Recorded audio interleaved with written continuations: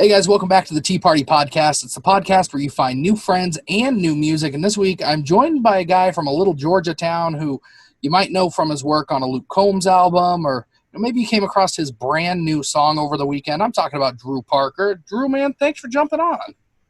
Hey man, dude, thanks for having me, man. I'm a huge podcast guy, so I love doing these things. Well, man, I appreciate you jumping on here, and hopefully these will be questions that you haven't been asked a billion times before. Nice, I like it. Well, here, let's start off with an easy one that I'm sure that you have been asked a billion times. It's just give us the Drew Parker story. Kind of give everybody the quick backstory of growing up in Stuart, Georgia, and how you got into music. Yeah, man. So I grew up in a little town called Stewart. Is technically a unincorporated community is what we call it. As the technical term for it, I guess. But it's a little town on the outskirts of a town called Covington, Georgia, which is about an hour southeast of Atlanta. So growing up there, kind of middle of nowhere. There's a lake there, so spent a lot of time outdoors, fishing, hunting, that kind of thing, and really found my love for music in church, and always wanted to sing in church, and then started singing in church, that kind of thing, and that kind of grew into traveling, all over, man, the Southeast, singing in different churches and that kind of thing, and one thing led to another, and graduated high school, and well, my plan was to play baseball. I mean, I feel like that's, a common plan in country music. Seems like everybody wants to be a baseball star or football star or whatever.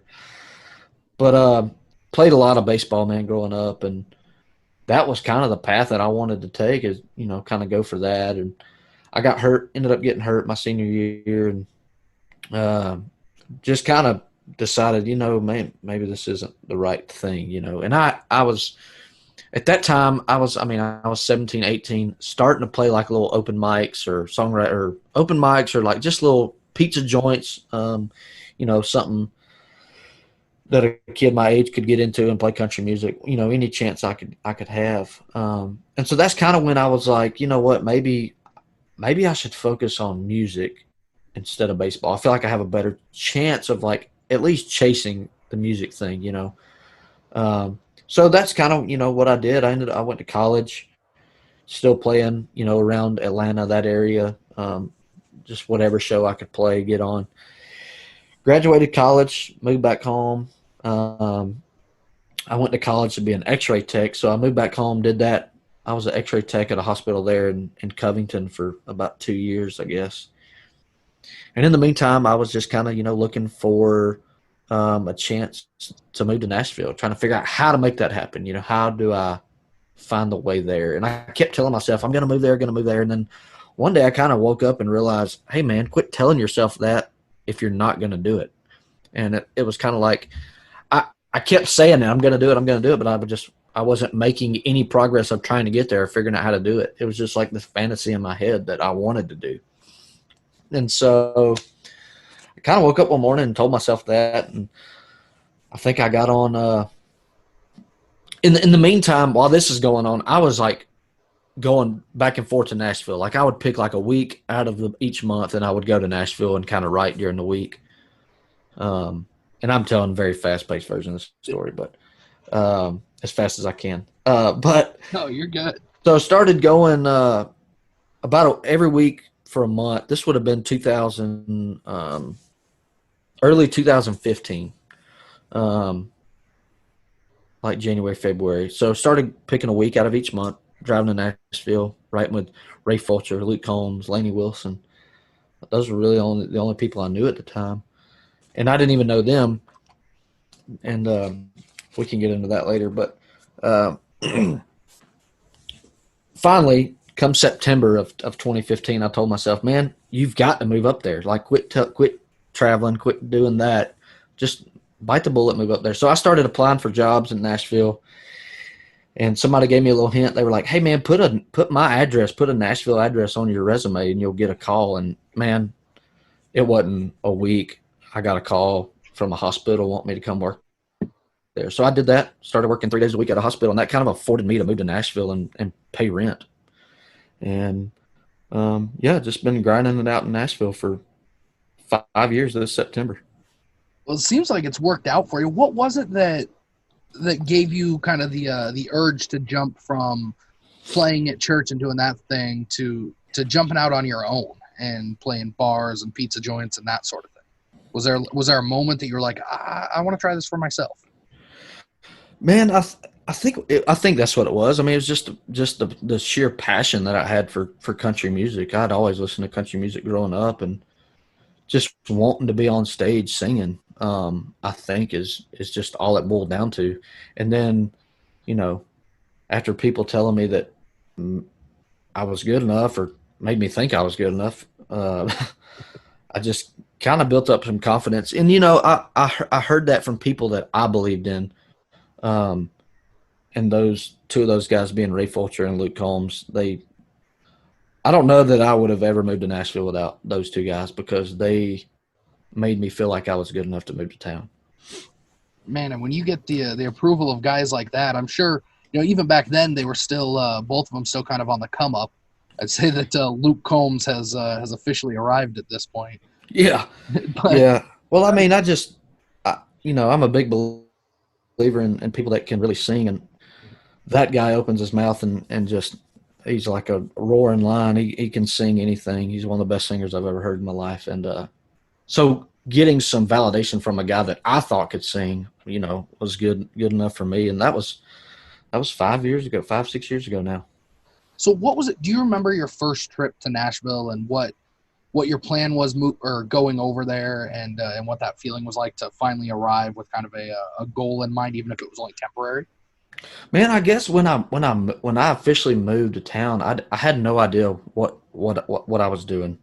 Um, I there was no advice taken from anyone. I mean, you listen to podcasts, which at the time I don't even know that I was interested in podcasts, but you listen to interviews and that kind of thing, and just try to figure it out. And I think the biggest piece of advice I was given was meet everybody you can meet, and try to find people that write songs with you. And that's just kind of what I did, man. Is just tried to write songs with people that were, kind of new to town, just like I was. And um, we had no idea what we were writing songs for, to be honest with you, like other than for ourselves, and songs that we would want to hear ourselves sing, or songs that we would want to listen to, that kind of thing. Because I mean, nobody had publishing deals. We were just writing songs because that's what we thought we should be doing. And so, yeah, I think just the thought of just wanting to get there, and figure it out for myself. That makes sense. And then after you moved out there, it was, your career progressed pretty quickly after you got boots on the ground, to say, in Nashville. I mean, it took what, like 18 months or so before you signed a deal with River House. What was that like? What was that whole process for somebody that's never been through it? What's the process of kind of being quote unquote discovered and then signed like that?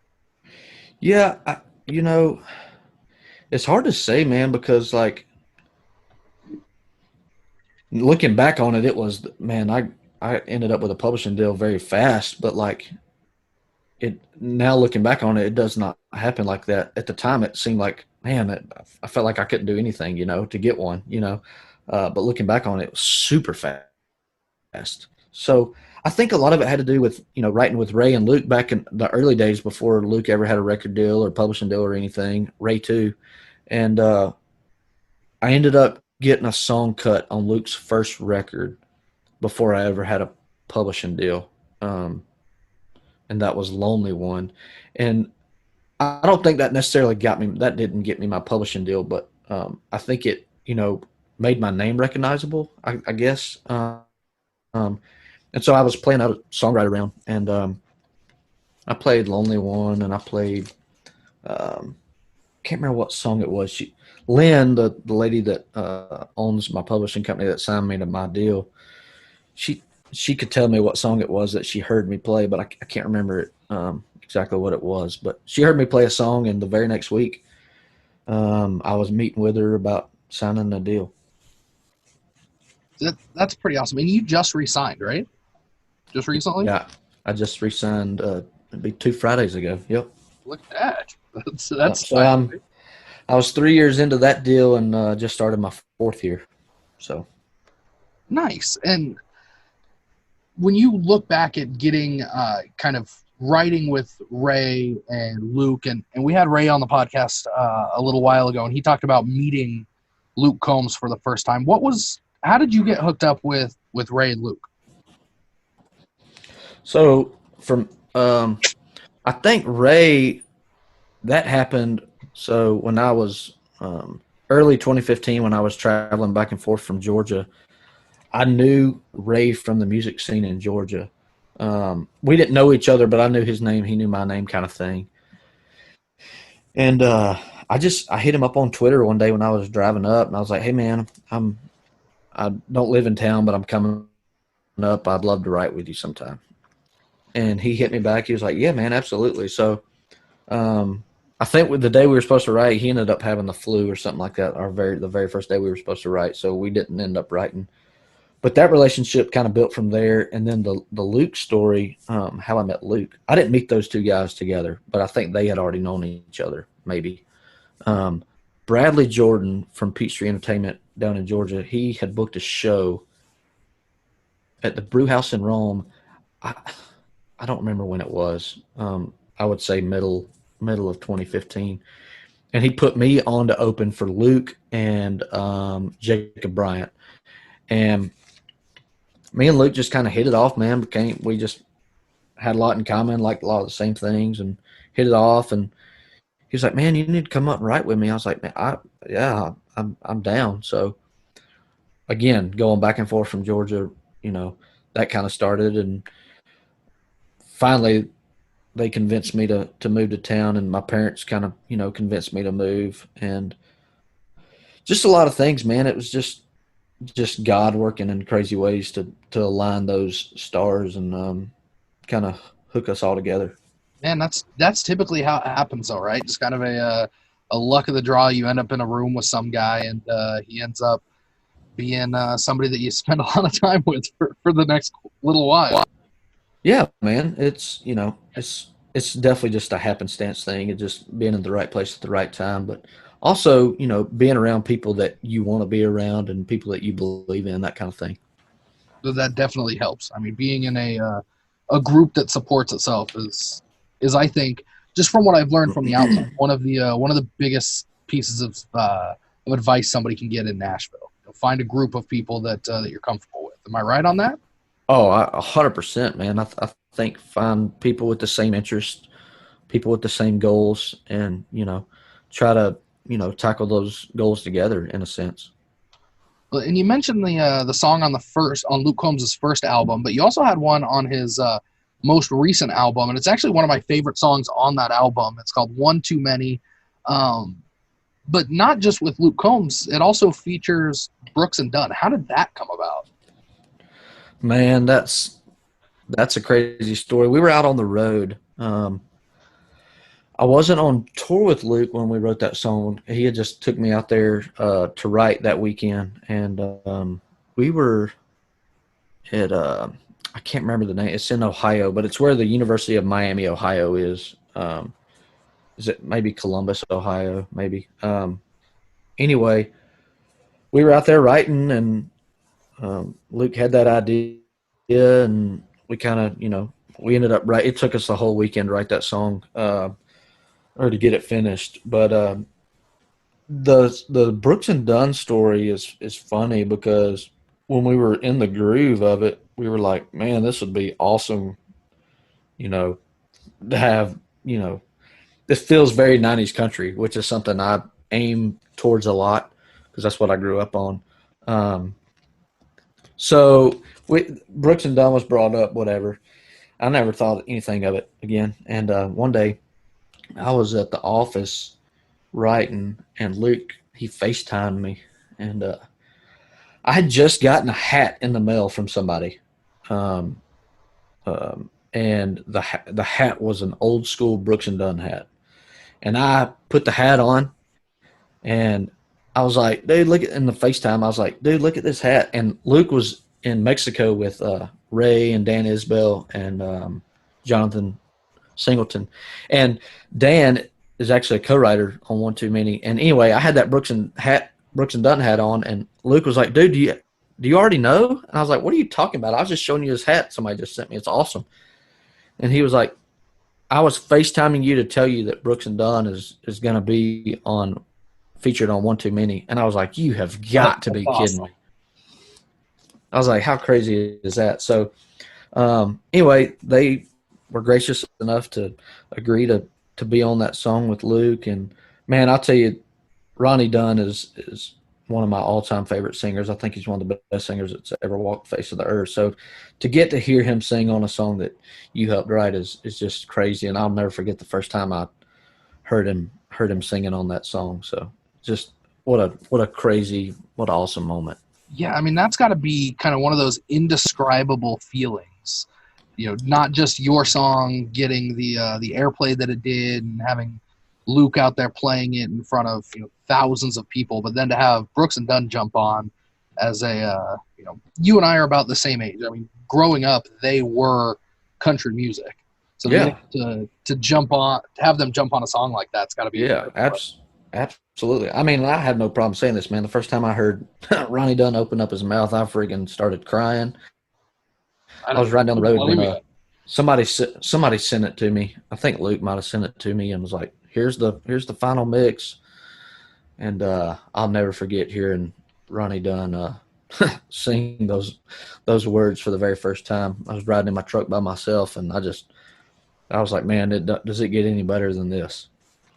Yeah, that's got to be pretty close to the mountaintop as a songwriter. Looking back at who it was that you looked up to growing up, and then having them sing one of your songs.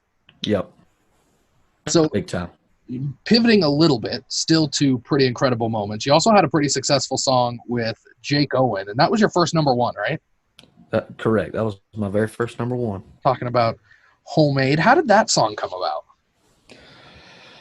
We wrote that song July of 2018, I think, and I had a co-write set up with Jared Mullins and Ben Goldsmith, and we got in there, and Jared had the idea called Homemade, and as soon as he said it, I said, put your phones up. We're not throwing out any more ideas. That's the song we're writing today. What a great idea, And I just kind of started grooving on the guitar kind of thing and just started kind of just spitting out ideas for what the chorus would do or whatever. And we kind of got in a tight spot as far as trying to figure out exactly how to do it. We had written the first verse and chorus or whatever, and we were kind of at a dead spot, kind of struggling to get it finished or whatever. And so Jared had hung out the night before with Bobby Pinson, and he was like, what if I call Bobby and get him to get in on this? And I had never written with Bobby, but he's had multitudes of hits. And I was like, man, that'd be great. That'd be awesome. Get him in here. So Jared called Bobby, and Bobby was like, send me the work tape. And so we sent him the work tape of what we had on the first verse and chorus, and he called Jared back. He said, I'll be there in 20 minutes. I'm getting off my bush hog right now. And so about 20 minutes later, Bobby showed up, and we finished writing it, and we knew we had something special. And I don't know this. I don't want to speak for those guys, but, when we were doing the demo that night, I think the guys kind of had in mind that I might keep it for myself and cut it myself and put it out. And I definitely, was thinking that, maybe this is a song I should put out. But pretty much everything I write, man, I say, hey, this song can be pitched. If it hasn't been cut by someone else, by the time I go to cut, it'll be in my pile of songs to choose from. And that's just kind of how I've always done that. And I think it was, a few months later, Jared Mullins was out at Jake's house, and Jake was like, hey man, play me your most favorite song you've written in the last little bit or whatever. And Jared picked up the guitar and played him Homemade, and Jake was like, man, if I can have that song, I'll cut it next week. And so he ended up cutting it, and got a song on that record, and then ended up getting a call, I guess maybe 6-7 months later after that it was going to be his next single off of that album. So just crazy, man. It's crazy how things work. Well, this is a good time. Pull back the curtain for us. What does your writing process look like? I mean, are you one of those guys that's got like your voice memo app is full, or are you the kind of guy that's got a waterproof dry erase board in the shower, or do you mostly just do co-writes? I mean, a lot of times, man, I'll sit down and I like to chase ideas. For me, this isn't for everybody, but for me, every good song starts with a good idea, and I I'm always looking for what's the next idea that I can write. That's a good idea that's never been written before. So I kind of chase that thing, and I might, if I get on something I really like, I'll sit down, maybe write a verse and chorus or a chorus or whatever, and maybe take it to my co-writers and say, "Hey, I got this. I think it's cool. Tell me if it is. Tell me if it's not. If you like it,